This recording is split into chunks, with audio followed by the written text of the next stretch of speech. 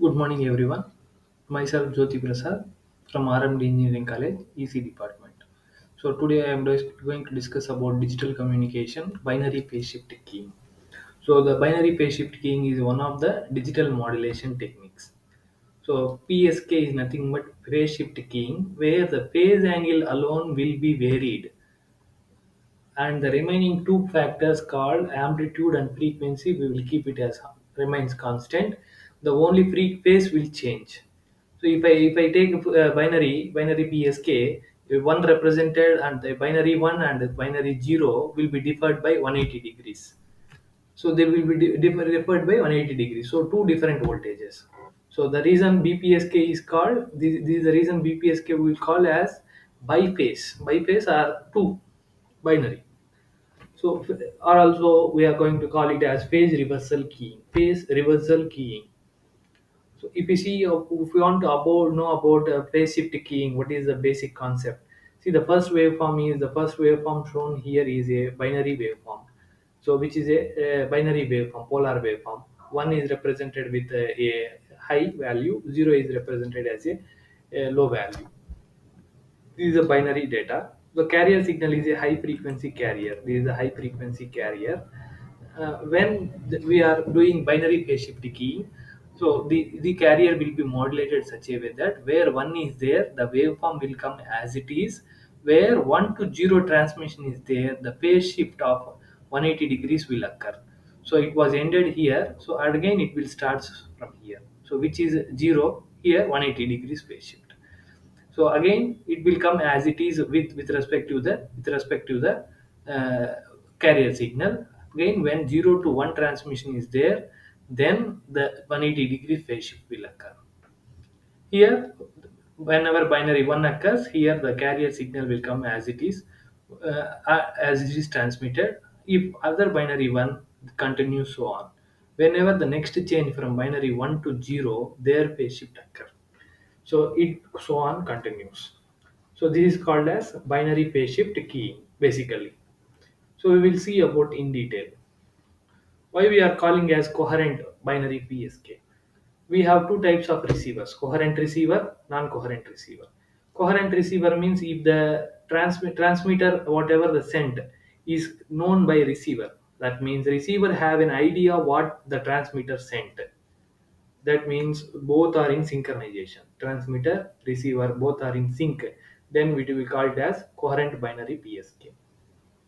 The other one is non-coherent binary PSK is receiver no need to have an information about what transmitter sent. It will do its task without knowing. That is called non-coherent binary PSK. So what we are going to see is a coherent PSK where the receiver knows about transmitter what it sent. So which is in synchronization. So consider binary PSK, that means we will have two types of symbols. One thing is binary 1, another thing is binary 0. So the one first signal binary 1 I will consider as S1 of t, the binary 0 I will consider as S2 of t, S2 of t, S1 of t and S2 of t. So I will represent this one in terms of a signal. S1 of t equal to root EB by TB cos 2 pi FCT. So the S1 of t, like I said, a carrier signal like this. So the sine wave we have taken.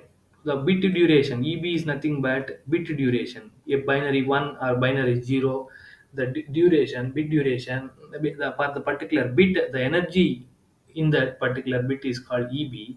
The time duration of each bit is called TB. Time duration is TB. EB is the energy per bit. So S2 of t, which is another type of signal, is binary 0. So how it will be differed by 180 degrees phase shift. That we are showing as plus pi. Plus pi. The same signal root E 2 EB by TB cos 2 pi FCT plus pi. So cos x plus pi minus cos x. Minus cos x. So then we will have minus symbol.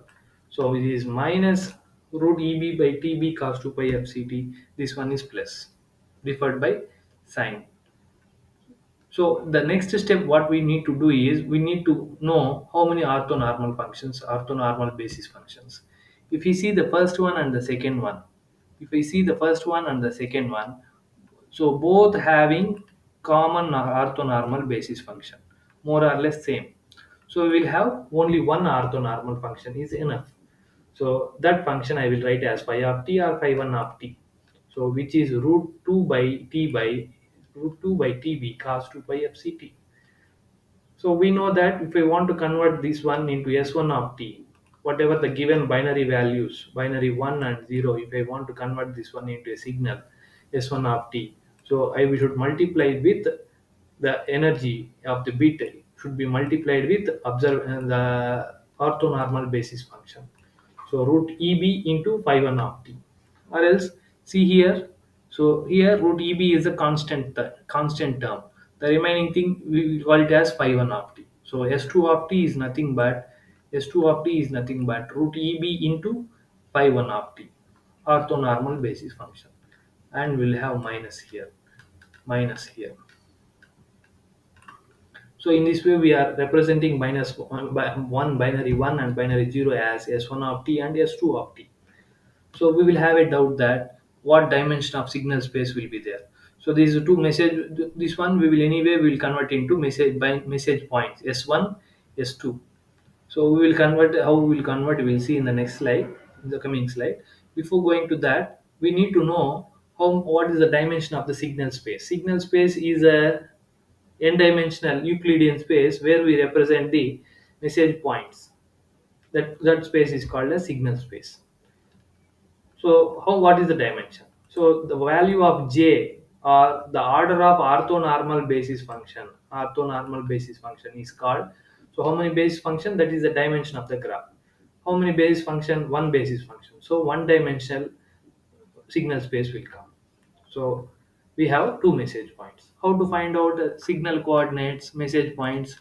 S11, Sij, S21, Sij.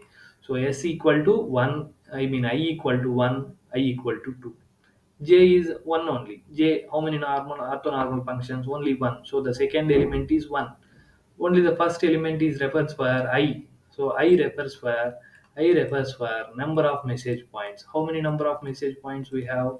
Two number of message points. So the first digit is I, second digit is J. So that's why S11, S21 we got. So what is S11 is nothing but the S1 of t into phi 1 of t integral over the limit 0 to tb. So if we perform this operation, we will get plus root EB value as a first point. So similarly, integral 0 to tb, this S2 of t into orthonormal basis function dt. So if I perform this operation, I will get minus root EB. So we got two message points, plus root EB, minus root EB. So how can we represent that one in signal space? Means we can represent like this. So plus root EB, I am representing here. Why? Because plus root EB is nothing but this is phi 1 of t, only one axis, phi 1 of t, phi 1. So this is only one axis. Plus if I take this one as an origin, this one as origin 0. So root EB is a positive value somewhere else, here or somewhere else. We can take any point here over there. That may be root EB may be 1, 2, 3, 4, whatever it may be. So the minus root EB will be in the to the left side of the origin 0. So here minus root EB will be there. So we will take a term called decision boundary, which will separate or which will go across the origin, or which separates plus root EB and minus root EB. So there is a boundary which is called it as decision boundary. So now we have two regions. So how can I define these two regions? Set of points closest to root EB is called Z1 region. Set of points closest to root EB. So all the points which lies closest to EB is called Z1 region. So set of points which lies closest to minus root EB called Z2 region. We will call it as Z2 region. So this is called signal space diagram of binary PSK. So we have transmitted the sequence. How we are going to observe? How it will convert it the receiver as x of t and x1 furtherly. So the received signal is called as x of t. The received signal is called as x of t. How I will convert this one into observation vector x1. So integrating over the limit 0 to TB, the received signal x of t into phi 1 of t dt. In the previous discussion itself, I told that what what technique we are implementing at the transmitter, we will compensate at the receiver. Here at the transmitter, we are multiplying with orthonormal basis function. So that should be compensated at the receiver as well. So same way we compensated by multiplying with phi 1 of t. So the transmitter side, what we implemented, that will be compensated at the receiver. So the received waveform x of t is multiplied with orthonormal base function phi 1 of t into dt. So which will be converted into a x1 vector. X of t is received signal, x1 is a vector. So I don't know. I know the observation vector x. So how can I convert that one? How can I convert that one? So what is the decision rule? What is the decision rule means? This is a decision rule. So like I said, so this is a transmitter where binary PSK is produced. At the receiver, x of t is the received signal where we are multiplying or compensating with phi 1 of t. So we are multiplying. So then it is passing through the integrator. So this combination of some multiplier and integrator, we call it as correlator. After passing through correlator, it is becoming as x1 like as shown in equation. Then we will give to a decision device where we will decide the received value x1 as binary 1 or 0 on base particular formula. That rule is called decision rule. Here, the x1 received value is greater than 0, a positive value. Then I will decide the received one is a binary 1. I will take in favor of binary 1. If the received value x1 is less than 0, then I will take decision in favor of binary 0. I will say it as 0 is received. Likewise, zeros were transmitted here in a binary polar form and converted into binary phase shift keying here BPSK wave that was transmitted through channel. We send through channel, and at the receiver side it was received as x of t. Now we convert that one into binary waveform zeros and ones. This is the binary phase shift keying, transmission, generation, and detection. So while we are generating BPSK wave and transmitting, and while we are detecting, so we will have some errors. So what is the probability of error we need to find? Is it less probability or high probability of error we need to find? For that we need to find probability density function first. As we have seen in probability random process, probability density function fx1. So here I am taking this observation vector x1. So fx1 of x1 when 0 is transmitted. So here only two possibilities will be there. Was first error probability is I sent binary 1, but I received binary 0. This is the first error case. I sent binary 0. It is a transmitter side, but I received binary 1. So this is another type of error. So only two errors will be there. I am taking the second case. If 0 is transmitted, what is the probability of error? So this is a formula. Here x1 minus s21, what is the second point, minus root eb. So that one I am substituting here, and this we are going to check with probability of error p of 0 when 0 is transmitted. What is the probability of error? Means integral 0 to infinite the pdf probability density function x1 fx1 of x1 when 0 transmitted dx1. If I perform this operation, we will get this x1 plus root eb.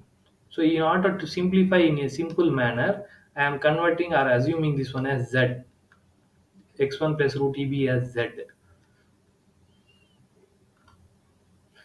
square. I am assuming like this. Then the order of integration will change to root eb by n naught. So we have a special complementary error complementary function. So this formula probability of error we can convert into a error function, which is called ERFC function, complementary error function. That lower limit, whatever we are having root EB by T naught, that will come inside the error function. So what is the probability of error? Half ERFC of root EB by N naught. So we did for the second case. This case we did. So similarly, if we did for first case, we will get same half ERFC of root EB by N naught. So probability of error decreases as EB increases. So the energy level increases per bit. Then probability will be decreased. So this is about binary PSK. Thank you.